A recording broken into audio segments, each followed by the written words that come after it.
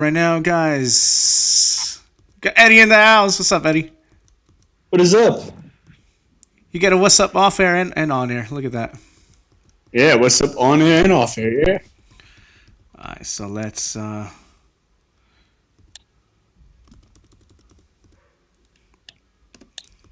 set this up. Let's add the camera.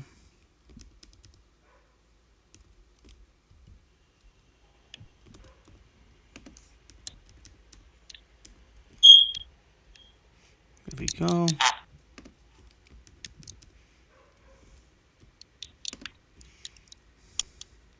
Perfect.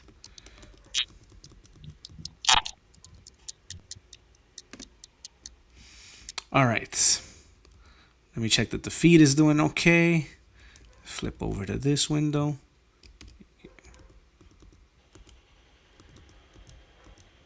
Okay, cool. We're live. All right, let's do this. Boom, fader up. Excellent. Boom, other fader down. Boom. Never look back, no, never say die. Always attack with the warrior cry. Never look back, no, never retreat. Never look back, never say defeat.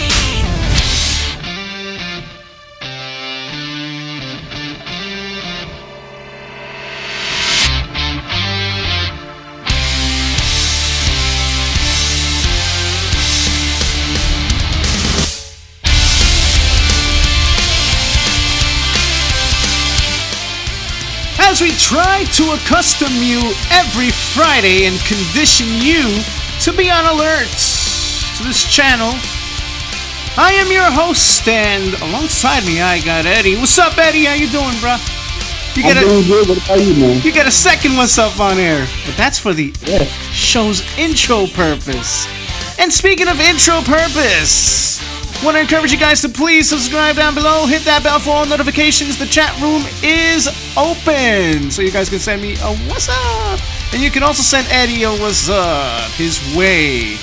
Also, guys, social media links are listed down below in that description, alongside many other links, such as my personal social media / Twitter info is right there, so you can DM me, you can write to me, do whatever your heart desires. Also, to plug SoundCloud, my SoundCloud, and also my colleague Nessa's SoundCloud, so you can listen to your heart's and ears' contempt. Alongside with that, we also have other platforms where you could catch us on VOD, audio only purposes. So, a lot of good things down below. You guys can check that out, and also you can email us. And all of that information, again, is listed down in the descriptions box. Got a lot of content for you today. This is not scripted. And let's cross over here.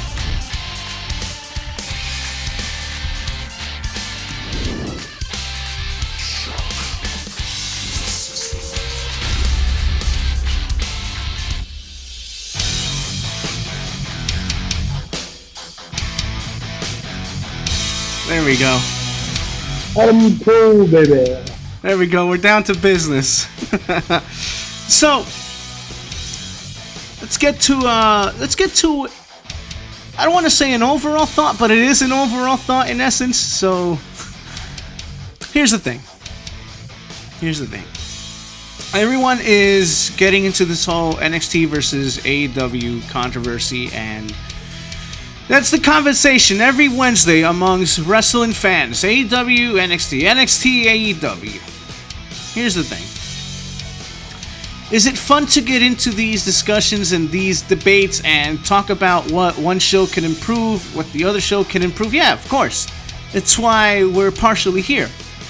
But with all this wrestling going on right now, we have, of course, like I mentioned, we have AEW, we have NXT, we have NWA, who started their show on Tuesdays on YouTube at 6 p.m.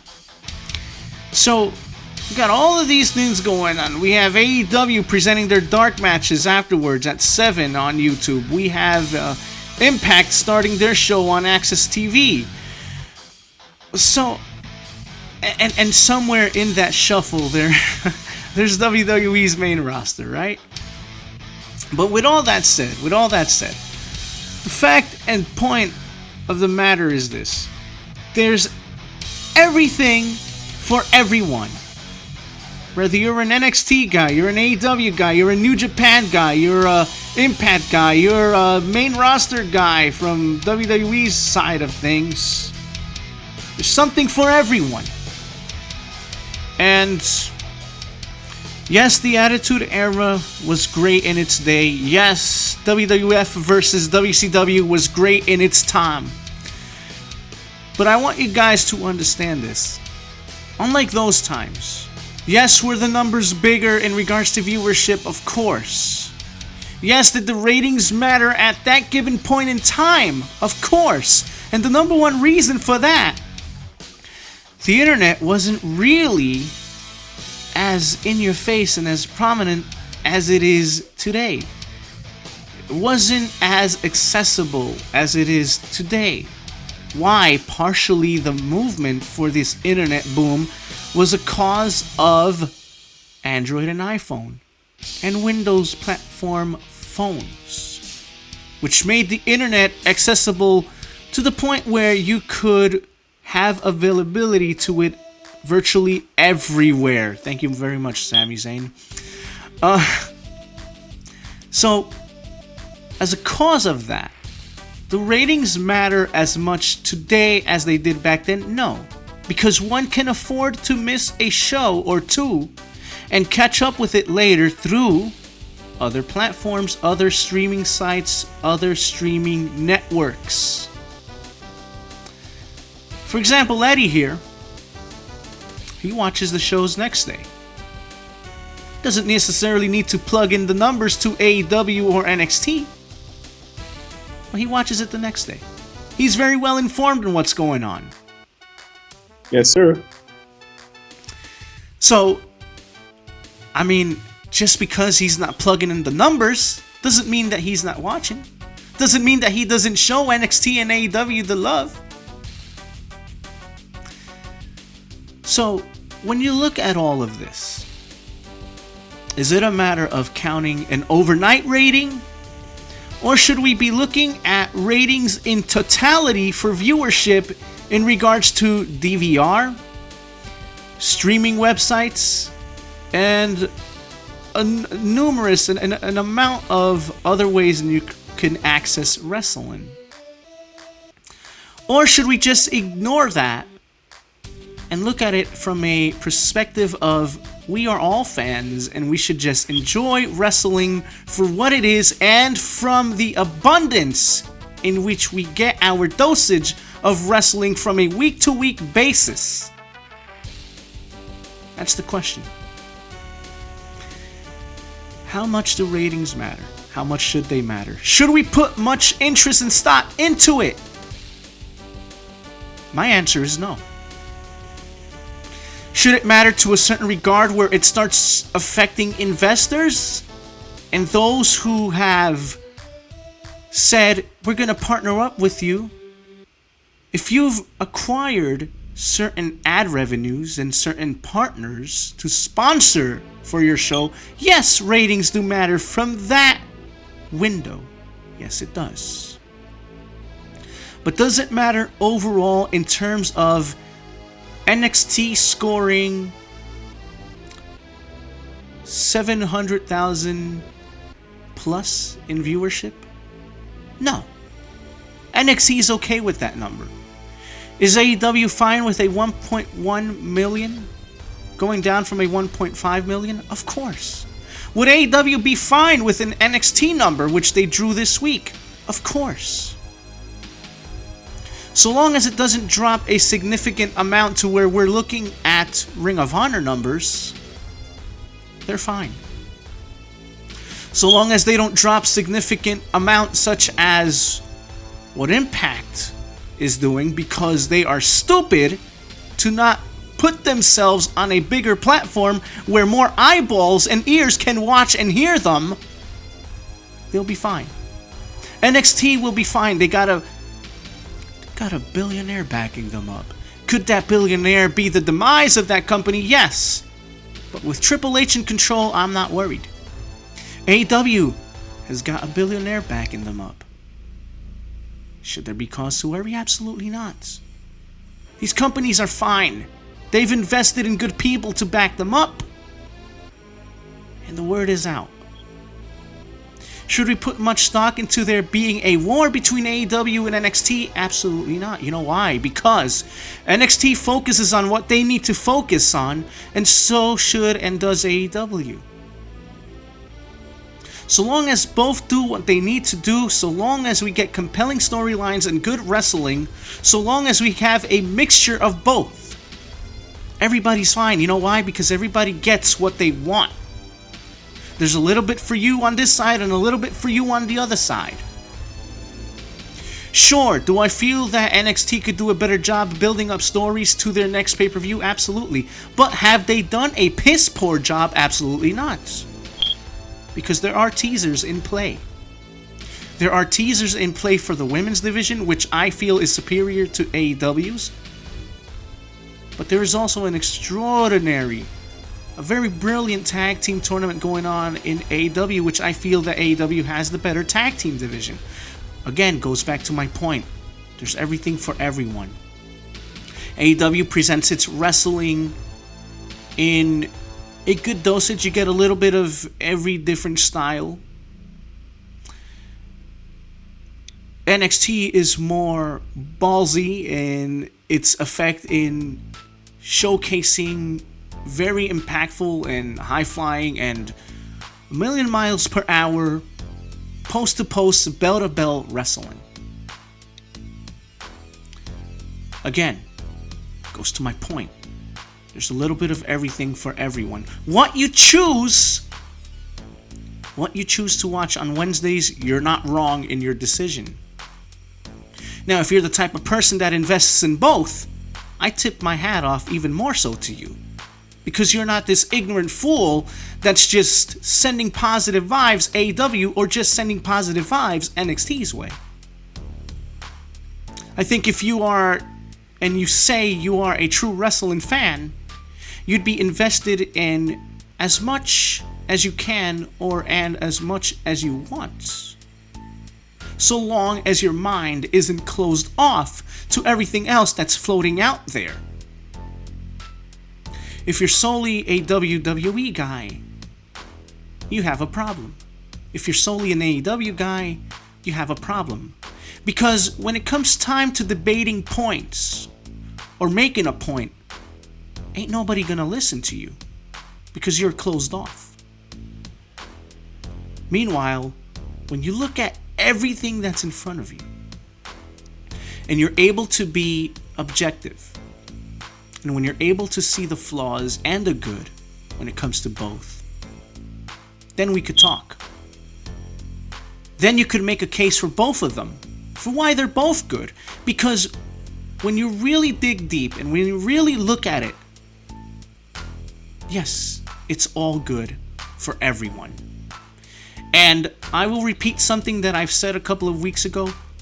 This is the best time to be a wrestling fan. Although it may not have the same fire, or although it may not be burning hot, as I go back to the WCW versus WWF days, because wrestling is so accessible, going back to that point as well, and because there is everything for everyone on a grander scale, of course there isn't a better time than now to be a wrestling fan. Look at how many different personalities we've been exposed to, and not just closed off to a WWE circle.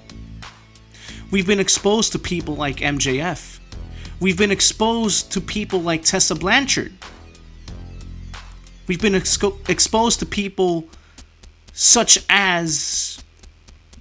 And hold on a second, I just got a notification here. How dare they interrupt my beginning statement here? As I was saying, we've been exposed to wrestlers such as Kazuchika Okada. And when you look at the NXT side of things, for those of you who didn't know, you've been exposed to people such as Adam Cole, Kyle O'Reilly. Roderick Strong, Bobby Fish. All of them who are Ring of Honor alumni. So of course it's a good thing. Don't argue. Don't call anyone a dumbass just because. But you know, the only people I will call a dumbass are those who are close-minded. Are those who won't give other platforms a chance. If you're this AEW guy who says, oh, NXT sucks, I don't want to talk to you. NXT doesn't suck. NXT is great. If you're that NXT guy that says, oh, AEW sucks, I don't want to talk to you either. AEW is great. The only thing I could deem not being great, and that's on their own accountability, is SmackDown and Raw. Because everyone is a yes man and or woman. Can nobody talk to Vince McMahon like they do Triple H? Can nobody talk to Vince McMahon like they do Tony Khan? Suggestions are welcome! In NXT, in AEW, in New Japan. And yes, I'll even tip my cap to you, Sinclair, when we talk about Ring of Honor. As much as they're in. Which I will bring up New Japan later on and the possibilities of them doing business with AEW. That would be huge. But with that said, that's been my opening statement. Wrestling is fun for all. Now I'm going to pass off the mic to my colleague Eddie, and I'm going to let him follow that up, and I would love to hear his statements on what was just said here on air. Say, what do you want to hear? Like, my thoughts on NXT and AEW? Basically, your thoughts on, following up what I just said, what your feelings are about ratings, what your feelings are about people who make this more controversial than what it should be. I think ratings matter, man. Like, if the show is good, and the show can be great and have terrible ratings. But, if you like the show, then you watch it. NXT, AEW, whatever you want to watch, it's there for you to watch. I mean, personally, I like the commentary in NXT, man. Oh, Morale, that guy was funny, man. I've gone on record and said NXT has the best commentary in all of wrestling. All of wrestling. You could group up AEW, you could group up WWE's main roster, you could bunch up New Japan's commentary team, you could bunch up anyone. They can't touch McGuinness and Morrow.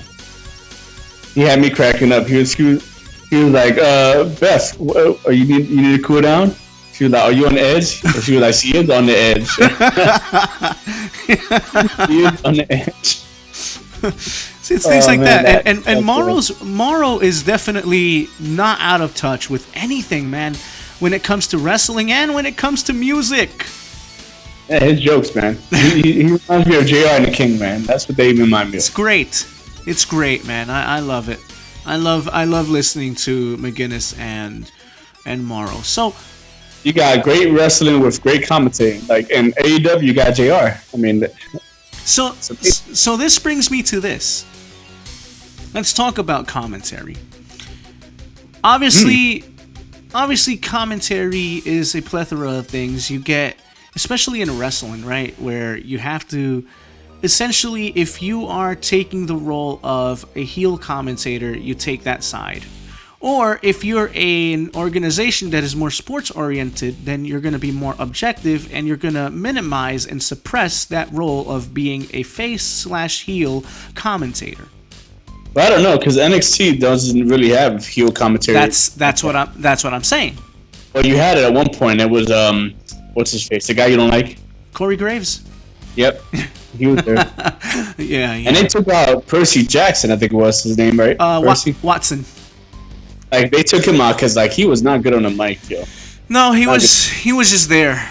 I think Beth Phoenix contributes a lot, bro, to the commentary team. I like her voice. He would be there, and then like he would give nothing. Like he would just say one or two things. Beth Phoenix does a lot more. Yes.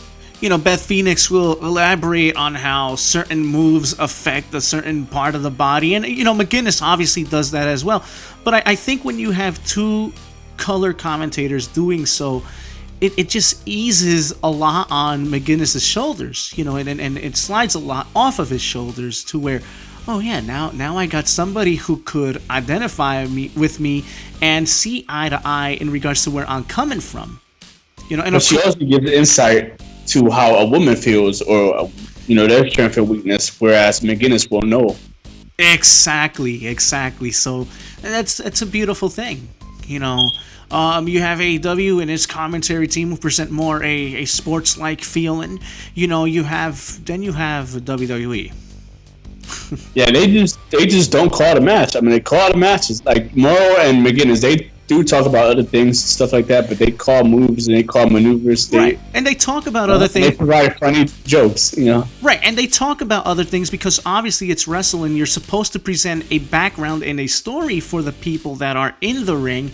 Yes, and especially if you are someone new who's tuning in, you're going to want to know who is who and why things are happening. Which, again, NXT and AEW do a great job at it. You know, AEW... I look at the fact of, for example, when a referee lets things slide, Don Callis, I'm going Impact here. Excalibur, for example, he'll say, okay, this is at the referee's discretion. In other words, he's letting you, the viewer, know, listen, the referee is the one coming up with this. You know, it isn't just us pulling something out of thin air and tweaking rules like WWE likes to do without explaining a damn thing to you as far as why this happened and why this came to be. NXT, the same thing. NXT explains things to you. They don't make you feel stupid. But again, when we look at WWE, like you mentioned, they never, for whatever reason, they do not like calling the action in the ring. It could be a matter of, say, for instance, let's choose two of their top guys. It could be Seth Rollins and oh Lord, who's the top guy in WWE, bro? Raw or SmackDown? Either or. I guess right now it would be Brock Lesnar, right? He's champion. Okay. Make him the top guy. Okay, so it could be Seth Rollins and Brock Lesnar out in the ring. Yeah, who's the SmackDown champion? That would be Brock. Wait, what? That would be Brock. He's the Raw champion. No. He's the SmackDown champion, sir. Oh wow! So now they gave him the SmackDown champion. Yeah, as of That's today. crazy, right? Yeah, as of today, he's gonna be drafted to SmackDown. So he's not gonna be the top guy anymore, ish. Well, because SmackDown is the B belt, you know. Everyone says it. Not anymore. So that means Seth Rollins has the Raw title, right? Yes, that means Seth is now on the B show. Wait, what? Yes, Raw is no Raw longer is the B show now? Raw is no longer the A show. How is that? So much has been invested onto SmackDown, and Vince has pretty much changed the guard. Well, because SmackDown's on Fox? Yes, since SmackDown's on Fox, and even though Raw is going to get 40 plus men and women in the draft, SmackDown's going to get 30 plus. You got to look at it this way: SmackDown only has 2 hours. 30 crappy wrestlers to Raw. Right. Well, not crappy, but you know what I mean. Mediocre, subpar. Yes. Yeah. People whom they don't know what to do with is what you're saying. Yeah. Yes. Someone like Sami Zayn or Kevin Owens. They don't know people what to do who with are them. in limbo. People who they have no idea how to execute and what to do with. Or Oscar, man. But yes, when it comes to commentary, I have no problems with it in AEW. I have no problems with it in NXT. I have no problems with it anywhere else except for main roster. Because it could be Seth and Brock in the ring and they're talking about, I don't know, Carmella. Or the 24/7 title, which thank goodness they're going to retire that joke. I don't know, man. I thought that was pretty funny with R-Truth. And that whole, what was that, Maverick guy? That dude was funny. Yeah. Oh, Drake man. Yeah, because he was like, no, that whole him and R-Truth segment was just funny. Okay, I'll give it that. He's going to attack him in a hotel room with his honeymoon. He was like, have fun not being constipated no more. Well, yeah, okay, I'll give you that. I mean... He was like, don't be constipated instead of consummate. You know, consummate the match. Yeah. He said, I hope you're not constipated no more. I mean, okay, sure. I mean, sure, R-Truth could make macaroni out of tuna, you know, but still, I mean, it's a pointless thing because basically what that says to me is we have nothing for the jobbers here, so here you go. And they're not even showcased as much anyway, on top of everything else. So, it's crazy because when you make the comparison to that and the 24/7 rule applied to the hardcore title, that had more significance. You know, they were showcased on pay-per-views. It was, it could happen at any moment, and you truly felt that title could be defended or sought after at any moment. True. But not with this joke. Unreal. But to R-Truth's credit, man, I think he's very underrated, and a lot of people don't take the time to appreciate what he is as not only as a character, but really, as weird as this could sound, you've got to have a brilliant mind to take the stupid, silly crap that uncreative have given you and to make wonders out of it like that man has done. There's more people like that, like Daniel Bryan and Chris Jericho. They've turned trash into gold, you know? Yes. I mean, look at what Chris Jericho's talking about, like the bubblies and Le Champion. It's brilliant. You know, and you know what it is too? It's the charisma and it's the way in which they execute it. Chris Jericho has charisma. Daniel Bryan has charisma. You know, who else had you mentioned? R-Truth. That's weird. That's the main focus. He's definitely got the charisma. Yeah. And you know what? It's unfortunate. 50 years old and he don't look it. Yeah. And it's so unfortunate for him because when you take away the shackles, he could also be a great wrestler. Go back and study his TNA days. Unreal. They have a pool of all of this talent and great talent. The main roster. Yeah, Shinsuke Nakamura is one of them. The main roster doesn't. Aleister Black, man. The main roster doesn't need to be lost in the shuffle, right? Nope. It could be in the talks in the midst of all this AEW vs NXT debacle, but it's not. It's seemingly an afterthought. And you know what's a shame? It's a shame that the main roster is an afterthought. Holy crap. It's an afterthought. But let them screw up majorly as they did Hell in a Cell. No, I say it's a shame that NXT is an afterthought, man. How NXT is doing far better. NXT is providing what the fans want. You're misunderstanding me. It's an afterthought because it's not in the talks of versus AEW. NXT is in the talks of versus AEW. At the moment, yeah. You know, WWE gets lost in the shuffle. WWE only gets noticed when they mess up. WWE is so desperate for attention. Let me tell you something. Yes, did AEW have their own cameo appearances? Yes, does NXT have them at times too? Of course. After all, Wale was at one of the shows. Right? Wally? I love that movie. No. But the point is, you have the main rosters in Raw and SmackDown bringing in an MMA fighter who Vince doesn't like because he's out of shape, but we're going to sign him anyway to prevent him from going elsewhere. But also got the other guy, Tyson. And I was about to say, we have Tyson Fury. But you know why they're doing this? Because they are itching. They want that ESPN recognition. They want to grab the headlines. Yeah, but look at what AEW said. Chris Jericho, he said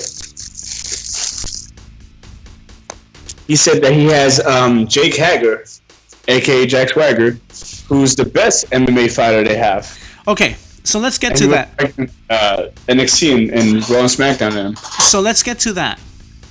Okay. Here we have a now MMA fighter. But, I mean, say what you want, he's always going to be looked at as a wrestler. Because that's where he started. He's a division champion. Okay, so he's legit. Now, sure, he has a 2-0 record. Pales in comparison to a Brock Lesnar. Definitely pales in comparison to a Cain Velasquez. But Chris Jericho is responsibility as a heel. You're not going to go out there, right, Eddie, if you have this faction, you're not going to go out there and say, oh, I have a guy who's just 2-0. What do you mean, who's just? You're going to build this guy to proportions that could be called monstrosities. Well, of course, because he's the only guy right now in wrestling history that's undefeated. Right. In MMA. You want to build this guy. So the word undefeated looks good in the resume. He's the toughest because he's undefeated. Right, so it's understood. You know. But with that said, WWE, going back to the original point here, WWE, they're just desperate, bro. They're desperate for that recognition, for that headline. Are they that much of attention seekers that they'll recruit anything and anyone just so that ESPN could glance at them? Please. It looks desperate. You need to be on ESPN, man. You don't need to be on ESPN. I think the reason why he wants to do that is because of the whole XFL thing. That could be another thing. You might be getting into something here. I think that's why he cares about the whole sports thing. He's trying to make it more professional, like the sports thing, just so he could get the XFL, up and running again. Okay, but let me ask you this. How professional does SmackDown and Raw seem when you compare it to AEW and NXT? In terms of it having a sport feel. AEW has a sport feel. NXT has a sport feel. I think NXT seems more professional because they care about what they're actually doing. They care about wrestling, not superstars or entertainment. I think if you provide good wrestling, that's entertainment. You don't need to entertain. You don't need to put on a good show. That should be a second focus to what you come in to watch. See, that's where I disagree with you. See, to drive the narrative of a match, you need a story behind it. Okay, look. Every single good event needs a story. Let me put this in perspective. When you look at, for example, a sport like football, and I know you don't watch this, but for those who do, I'm sure you could follow along. Ness. Yeah. When you have a game, such as, to give an example, Patriots versus Saints. Patriots versus Saints. What is the backstory there? The backstory there is two extraordinary teams, a beast of a team in the New England Patriots, A team in the New Orleans Saints who have Drew Brees, a phenomenal quarterback who has broken but almost every record imaginable. The intrigue is record breaker versus Super Bowl champ. Now, Drew Brees is a Super Bowl champ as well, but Tom Brady has been there a numerous amount of times. So in that alone, you have a story. You have something that grabs the attention of those who follow sports, such as football and such. In MMA, you have, for example, George St. Pierre versus BJ Penn. The story there is grand supremacy. The story there is to prove who is the best. The story there is, I'm George St. Pierre.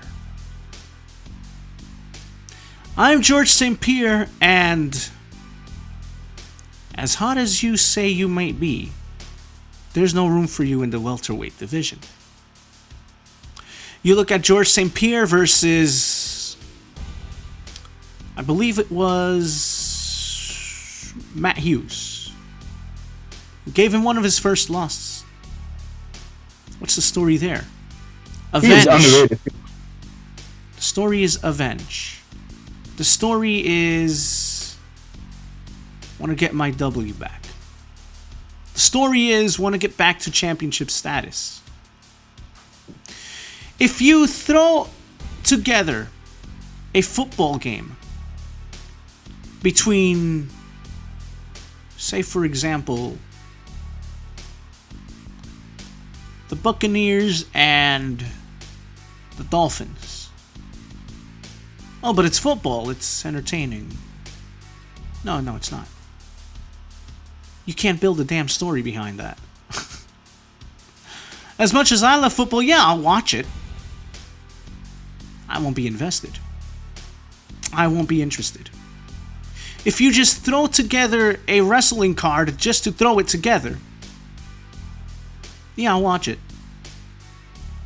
But I won't be invested. There's no intrigue in terms of what could happen, what will happen, what's gonna happen. Ain't nothing gonna have you on the edge of your seat besides nothing, really.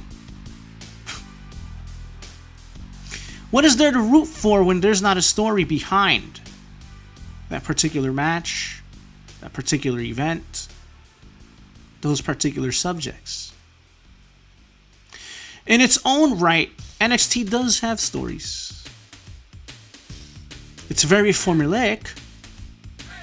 It's bare bones. But when you compare it to the main roster, it's a hell of a better story.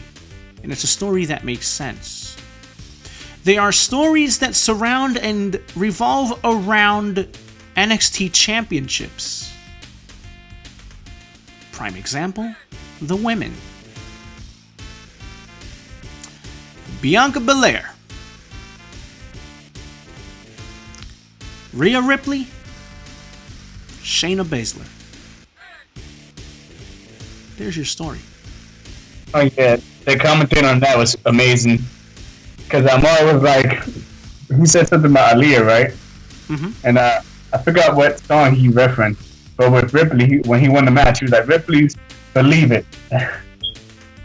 Yeah. And then talk about the submission she had on Aaliyah. Yes. No, not only the submission, the transition that led to it. And then once she had her in the air, she had the submission while she was picking her up, and then she just powerbombed her. Right. The transition that led to it. Crazy. Now with the story, let's say this. Let's say you have a good story, right? And then you have something disappointing happening, like let's say Seth Rollins versus Bray Wyatt. Because you could say that was a good story, but then the outcome was just trash, right? Yes. And let's say you have a good story like Brock versus Goldberg, and then you have a disappointing match because their first match was awful. Yeah. Yes, it was. I was there. But the story was on fire, right? It was great. Like, oh man, two behemoths. WCW is tough guy. Raw's tough guy. They beat up, and look what happened. Yes. The same thing could be said about Undertaker versus Goldberg. Oh, but that was destined to fail from the beginning. And then you have like stupid matches like Dolph Ziggler versus Goldberg. We all know who's gonna win. There's not like, oh, okay, is Undertaker gonna win? Is Goldberg gonna win? No, we know Goldberg is gonna beat Dolph Ziggler. Okay, but bro, I because Dolph Ziggler sucks, but because they make him out to lose. But bro, keep this in mind. Keep this in mind. You're talking, like you said, you're talking WWE's logic versus an NXT and AEW logic. What exists in NXT and in AEW? Better wrestling. And reasoning. And things that make sense. Stories that you can tie up together, even the loose ends. Because what may not seem like it makes sense at first, here's the ability that NXT and AEW have. They'll take those loose ends and they'll tighten them up. And they'll tell you, this is why we did that, which you initially didn't understand. There's a reason for everything that occurs on these shows. There's no reason for anything for its occurrences on the main roster. The main roster, let me tell you something. The match card for Hell in a Cell was compiled at 5 p.m. on Sunday. An hour before its pre-show.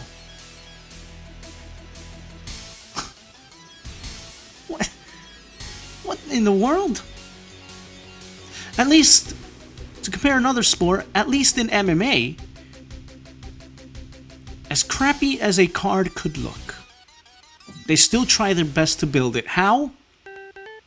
Oh boy. Wait a minute. The Vaught Villains, ladies and gentlemen!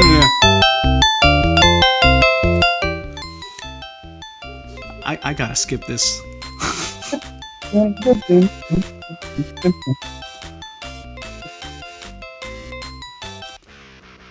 There we go.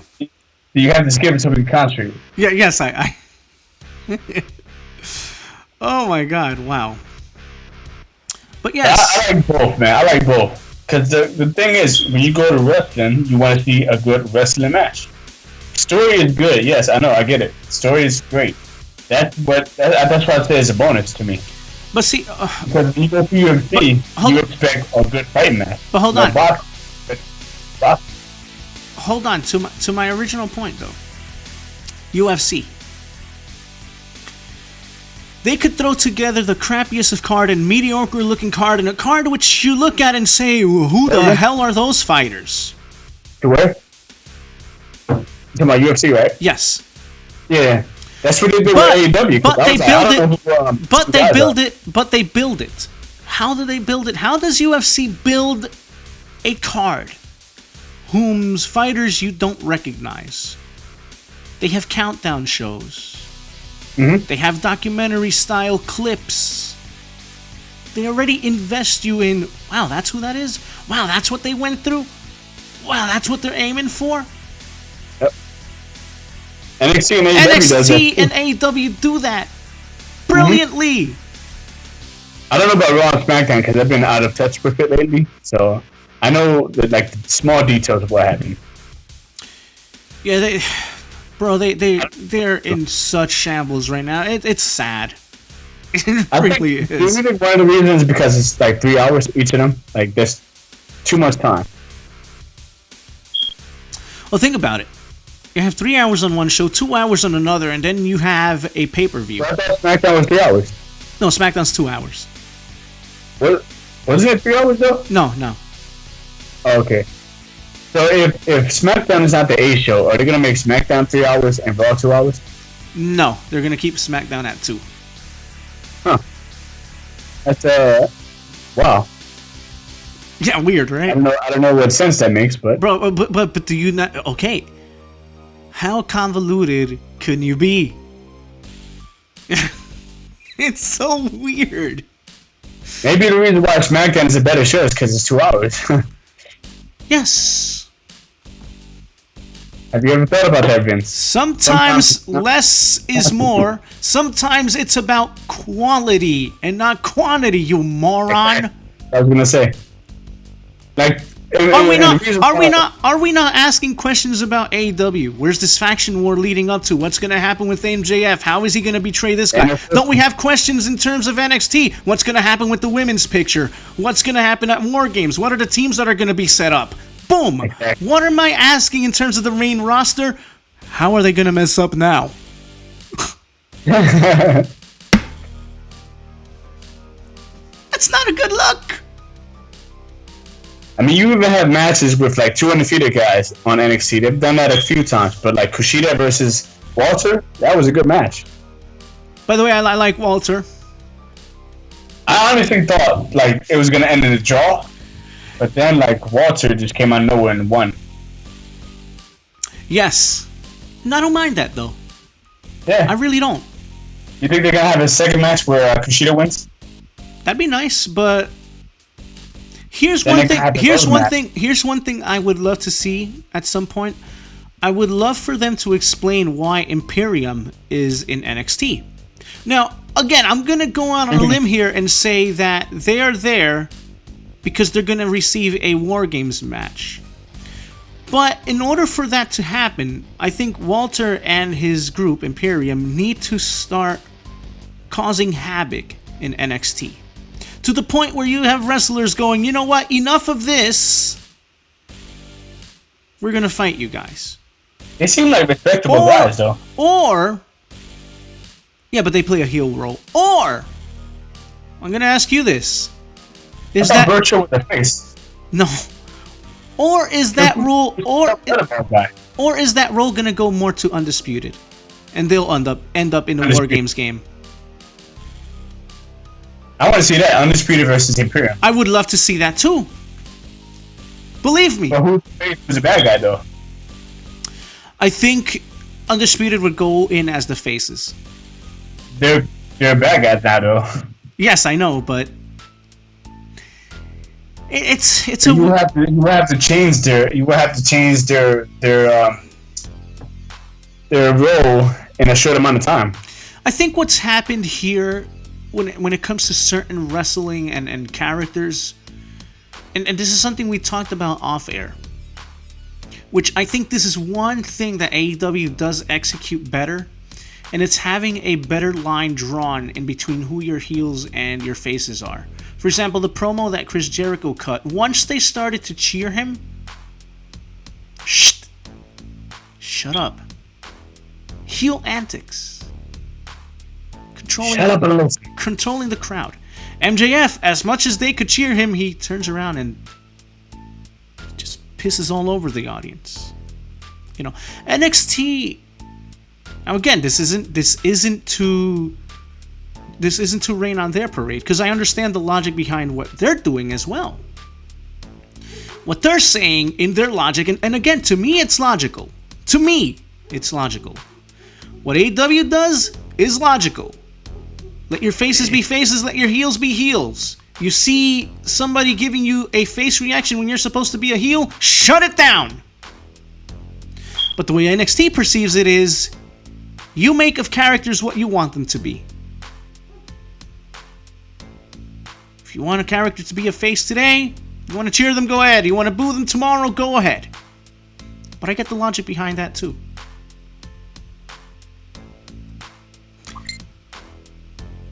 I get the logic. So, again, it goes back to a point we made earlier on the show. There's everything for everyone. But again, in execution, in regards to heel versus face, I think AEW executes that better. But, again, everything is always subject for various opinions, and that's why we're here. There's everything for everyone. I think that's the theme for today's show. Everything for everyone, right? Yes, sir. That's definitely the theme for today's show. Now, in terms of news circulating, there's supposed to be a press conference today at 3 p.m. Brock is going to be there. Heyman's going to be there. Triple H is going to be there. Velasquez is going to be there. Mr. Boxing Sensation is going to be there. Braun Strowman is going to be there. You know exactly what this conference is about. About? They're going to sign these 2 matches for the Saudi show in October. This month. Oh. Halloween. Are you excited for this? I'm super excited. I'm just as excited about Hulk Hogan fighting one more time. Oh, you heard about that? Yep. He wants one more match, and he's what, 72? Oh, what a joke! Who are you gonna fight, Ric Flair? I guess so. I mean, it was having that gimmick. I mean, like, I like Undertaker. I mean, I like Hulk Hogan for what it is, you know, what he's done. But it's time to, just like Undertaker, it's time to go home. Thank you. Undertaker, I know you love the business, but, you know. Hang up the boots, bruh. You ain't the same anymore, Mark. If you're not going to wrestle every weekend and every day, then, you know, you can come guest star once in a while, but as for fighting, just leave it behind, man. Pass the torch. Yep. Leave it behind. Leave it You can behind. still make money guest starring on the show. Not only that, making appearances, autograph signings. I don't think he needs the money. Of course not. So I think he's just doing it because he loves it, and I understand that, but, you know. But how much could you love something? I mean, he's made enough money to where he could be more than just wealthy. Mm-hmm. And if you love it that much, you can start a wrestling school, you know? Let me tell you something. This guy signed recently a 20-year contract with WWE. Undertaker? Yes, sir. He signed another 20-year contract? A 20-year contract. By then he'll be what, 70? Yes. Oh, goodness. And Vince might still... He's going to have matches up until then? And Vince might still be alive. So you telling me he's still going to have matches? Isn't that a scary thought? Well, I mean, I wouldn't say that because I don't want to wish death on him. No. I mean a scary thought that Vince would still be alive at that point.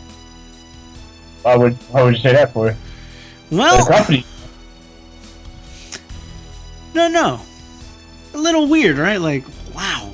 Vince is a tough He's guy. going to be 90 years old, still like, Vince is a tough guy, you know? shut up. Yeah.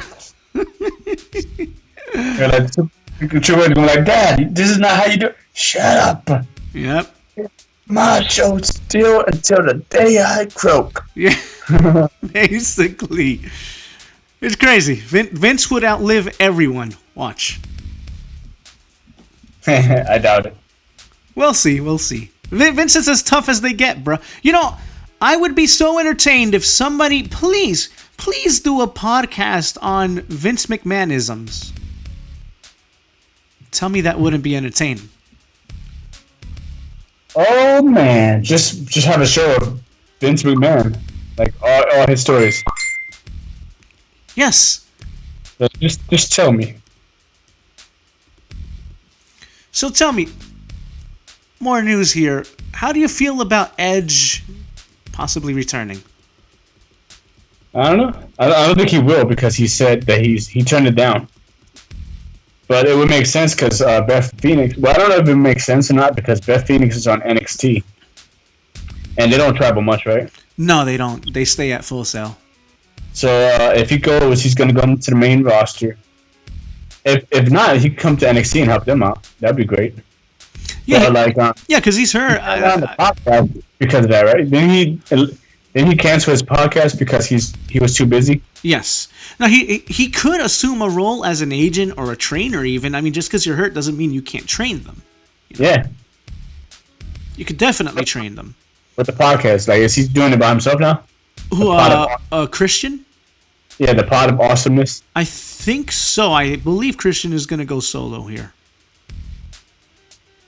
So we'll see. And Chris, he's not injured, right? He is. So he has the same neck problem. I believe so. Yes. But they never they never mentioned it or made a big deal about him not wrestling like they did with Edge. That's because it's Christian, and you know how Vince McMahon feels about him. Because, like, they were supposed to push him after Edge got hurt, and he became champion only because Edge got hurt. Christian is too handsome of a guy, so, you know, I don't like him.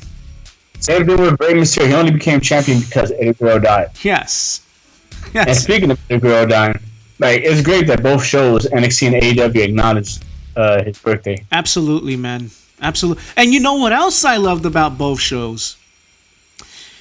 AEW made reference to a Private Party being part of, or once upon a time part of, House of Glory, which is an independent wrestling show that runs here in New York.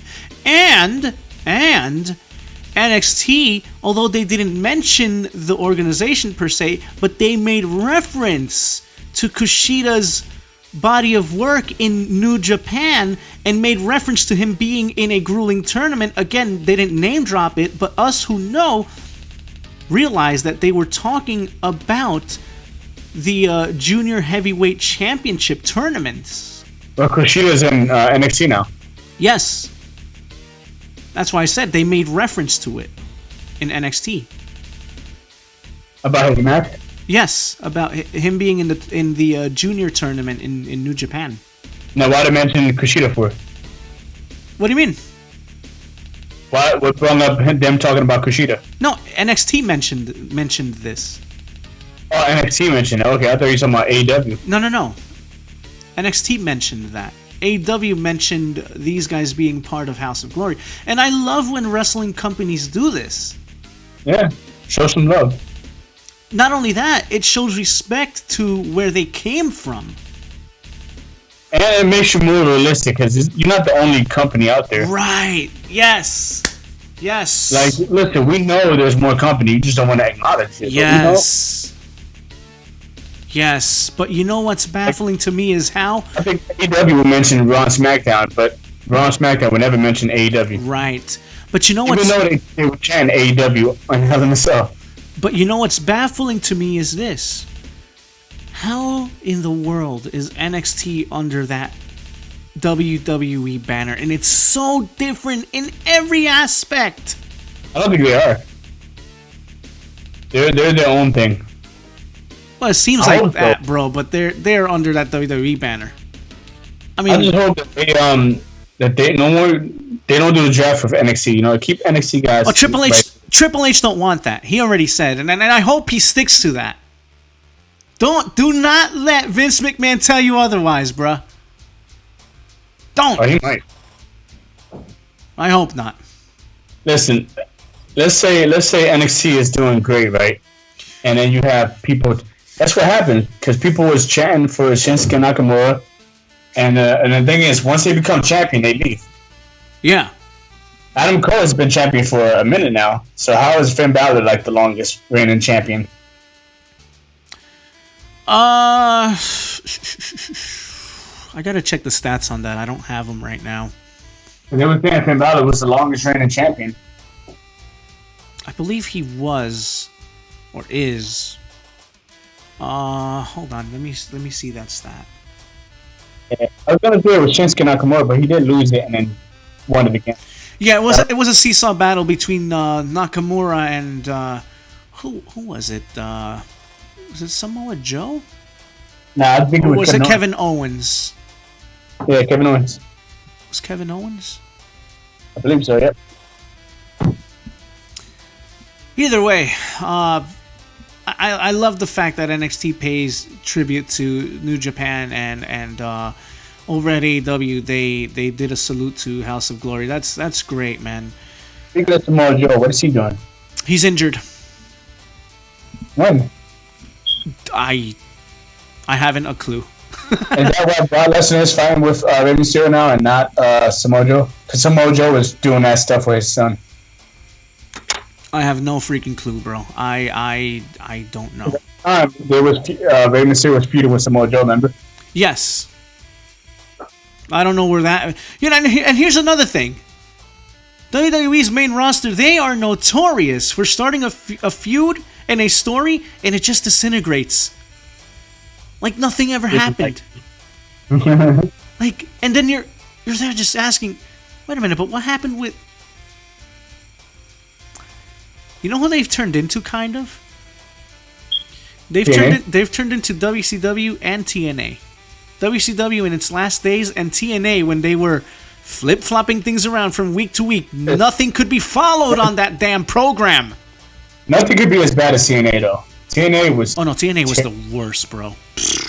I would watch anything Raw and SmackDown compared to TNA back in the day. TNA was terrible. Terrible. One match. You had like a 2-hour show, and you had only one match. 8 minutes of wrestling. It was a crappy match because Kurt Angle lost again to James Storm. 8 minutes of wrestling. I had James Storm versus Kurt Angle, and then Kurt Angle lose again to James Storm. Unreal. Unfreaking real. I was like, at least and he win. But nope. And he amounted to be nothing special on Impact or TNA at the time. He was going to be in NXT, and then he left back to TNA, right? Yep. So now, I think he made an okay choice because TNA is on top again. But who's in charge of TNA now? It's not Dixie Carter, right? No. Right now, in charge of TNA is Don Callis, who used to be part of, I believe, in WWE. For those who might remember, he was in that group with the Oddities. He was like a mouthpiece to them.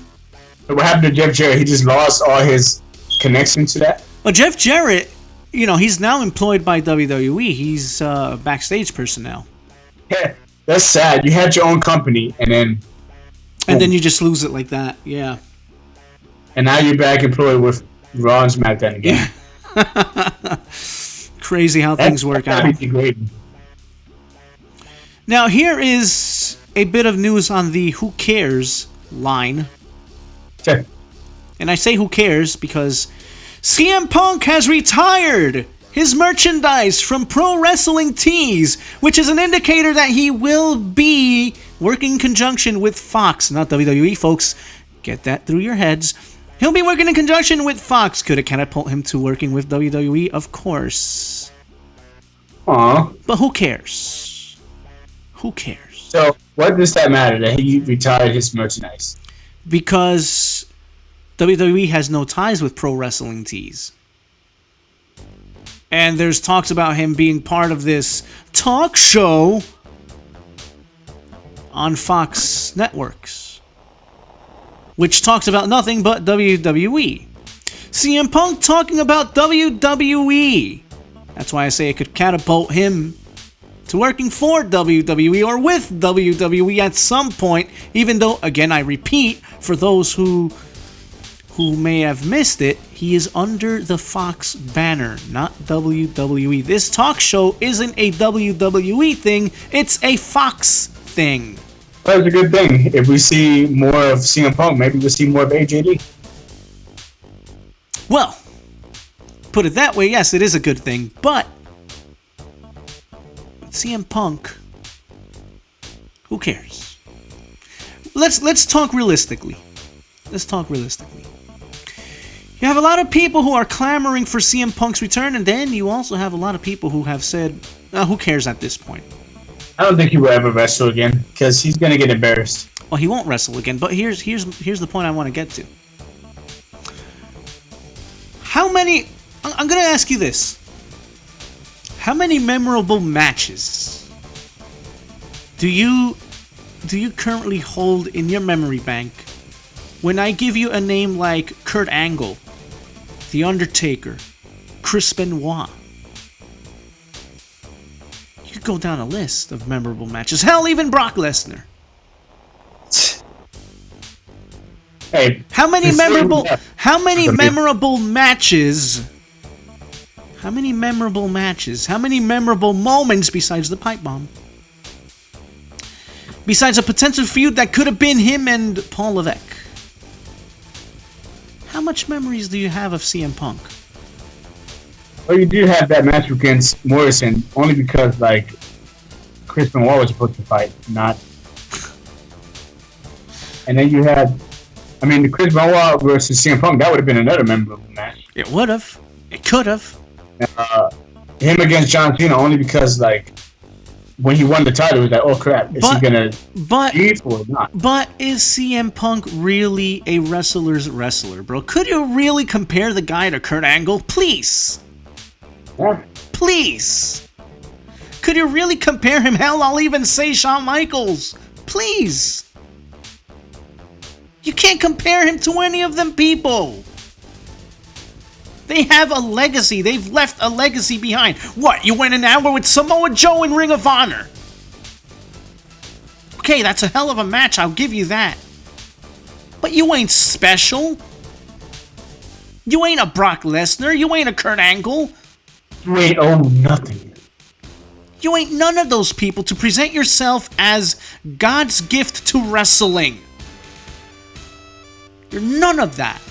The people. Jake Hager. Oh boy, Jericho. But yes, you ain't special, CM Punk. Champion. But you know what? Let's put it this way, bruh. This is the same guy who says, I don't miss wrestling at all, but look at what he's about to involve himself with. You know, I don't even think AEW will want him. In fact, what Chris Jericho said, he said, we're not looking for no one right now. We have everything we need. We're set. And that's smart. And he said, if it makes sense and people want to join and, you know, people want him, then yeah, we'll get him. Right. But, you know, right now, they're good. They're set. It makes sense.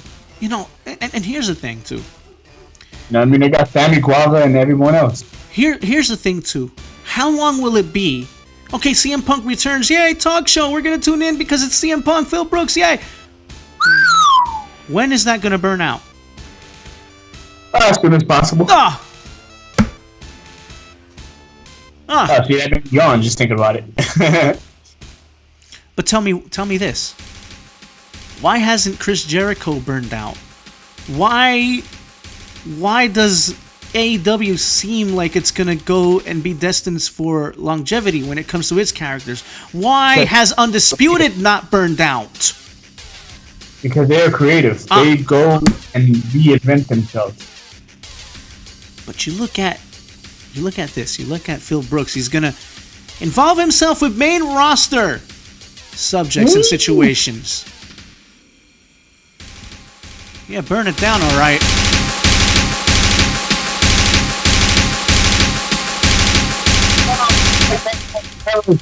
I didn't do that on purpose. That just happened. Right, went out loud. No, we're talking about Burnout, and Seth Rollins' theme starts playing. I'm gonna burn it down, man. Yeah. Oh, Seth, you're so delusional. Oh, this guy. You know, he said once upon a time that we were all jealous because he was dating Lynch, or he is dating Lynch. Who? Seth Rollins. Well, Becky Lynch is amazing, yeah. Yeah, but we're not jealous either. I mean, I could care less. I could care less. Becky Lynch is not an attractive lady? No, she is. Especially when she wears jeans. Especially when she wears jeans? Yes. You're gassy. Okay.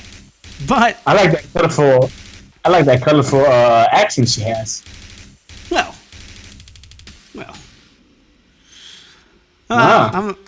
Well, you know. But you can't talk about her no more. She's engaged. Well, yeah, true. So leave her be, all right? So, just for the heck of it, man, did you ever tune into any of the shows where Renee Young was on the commentators booth? In the commentators booth? Are you talking about Raw? Yes, sir. Did I do what now? Did you ever tune into Renee Young's commentary? I don't know. A few times. People say it was bad, but I don't know. Yeah, it really was. She really had no input on anything. You know, I think she's better suited for a backstage role or what she's gonna do now. You know, this whole talk show on Tuesdays. with Booker T. Who is it? Renee Young, Booker T. Drawing a blank here. I don't know who the other person is. I forgot. And a potential CM Punk. Ooh! You know who I'd like to see commentating? Who? AJ Lee. Are you proclaiming your love for AJ Lee, sir? Nope, she's married. Oh. Well, then get off the subject. She's married. Alright? And Becky Lynch is married, right? So get off the subject. I did. I've been get off the subject. Alright, then leave it be. All right. Hey, you initiated that one, not me. I ain't do nothing. You saw my friend down, Seth Rollins, and Becky Lynch came in. And I said nobody cares. And I said nobody is jealous over here. That's what I said. You're the one that asked, well, you don't think she's attractive? I said, no, I'm not saying that. See? Now you think she is. Well, yeah, but there's nothing wrong with saying someone's attractive. Ah. I mean, you're attractive. How dare you? Oh, shoot. Oh, here comes Brock Lesnar. Uh-oh. Tonight is the draft. How much do you think it'll change things? If any. Eh. Eh. Eh. All I care is who goes to NXT. Here we go, folks. I think we've done all we could with this show today, or is there anything else you want to talk about? Man, we're good. We good? We did everything. We talked about everything we can, besides the matches. All right, what you want to do match-wise? Oh, no, that'd be too much to discuss. Well, yeah, that is true. That's a good point. Yeah, like, I mean, I would get on here and run down the matches, but everyone's already seen the matches. Everybody already knows what's up, right? So, and there's a lot of podcasts who do that already. I mean, if you want that type of rundown, but we're not here for that. But with that said, I want to thank everybody for tuning in. Thank you so much. We'll be back later with some football talk. As Ness, I, and Bugs bring you Sports Vista! Keep us locked, yo. Till next time, in a couple of hours. I'll leave you for now with a resounding Sega! Any last words, Eddie? Peace. There you have it. Should we really leave out with this theme?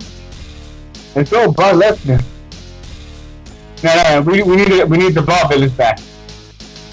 Leave out with the Vaudevillains? Yeah, exactly. Let's go. Are you kidding me? Yes. We have to. It's for the people. The Vaudevillains, though, that It's doesn't make for a good outro. Oh, it does. Trust me.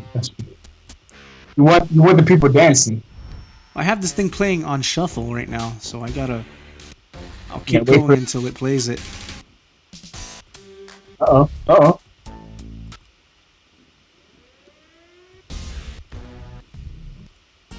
Keep going.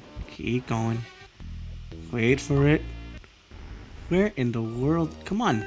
Yeah! See ya!